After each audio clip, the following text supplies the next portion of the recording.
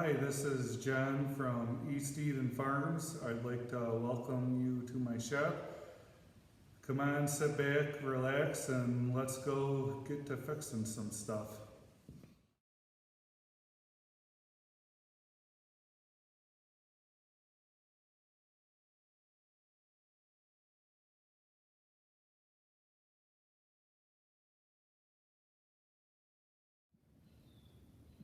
So today we're gonna talk about why your old square baler is making bad bales, also known as the dreaded banana bale. We're gonna be working with my New Holland 276 baler. All these old balers, although they're a little bit different and have their own quirks, all work on the same principle. So this video is going to be checking everything and general maintenance to see if some common problems are the reasons why you cannot get a good bale to come out the back. So the first thing we're going to talk about is the hay dogs. They're the most common problem, especially on these old New Holland balers or any balers in general. They get corroded real easily. Springs break, pins break, everything like that.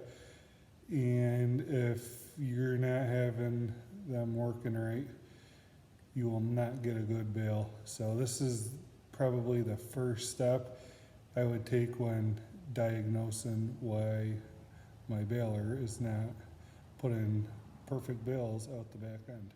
So to test them, you put a crowbar or a big screwdriver, something like that, underneath them.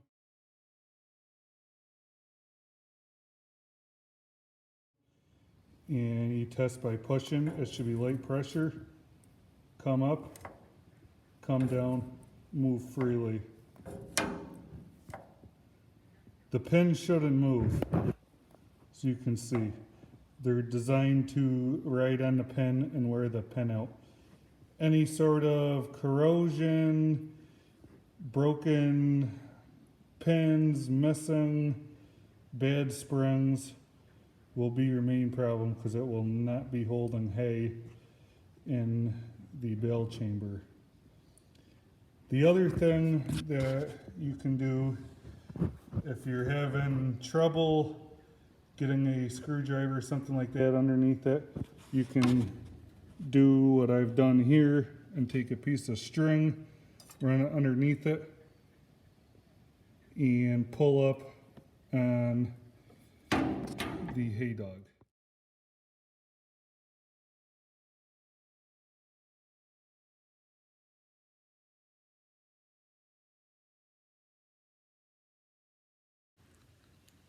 If the hay dogs are working appropriately, you can move on to the next troubleshooting aspect. If they are not working, which is a common problem, you're going to want to replace those. That includes the hay dogs, the springs, and the hardware. A lot of people believe that bad bales are being caused by feeding problems. It's very rare on these old balers to have feeding problems or skips out of time, anything like that. Not saying that it can't happen, it just doesn't happen nearly as much as the hay dogs being worn out. You can check how your feeding is by making sure you have good rotation, the plunger's not hitting anything. And if the plunger is at top dead center, which you do by rolling the flywheel back till the plunger is all the way back and it feels tight, you can see here we're just about at top dead center because the plunger knife is just about all the way back. You also look at your feeding teeth and see, are they in the bale chamber? If they're in the bale chamber, that means they're pushing the hay in appropriately and all the way back. At this, it's almost a third to a middle in the chamber, and you should be fine.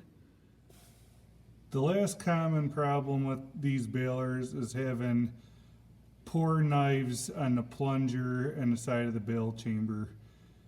These knives need to be nick free and not touching.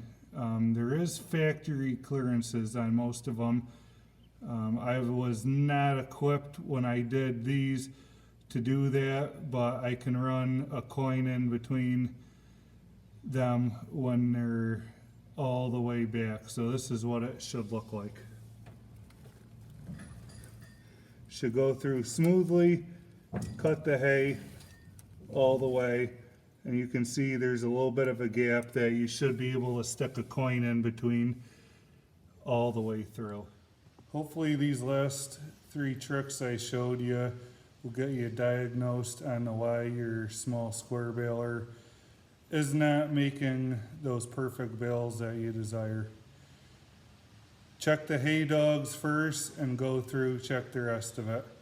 I promise you, if you do these 3 things, you will be making those perfect bales that you desire every single time. Thanks for watching, and go ahead and follow me on my Facebook page, which is East Eden Farms, or Twitter.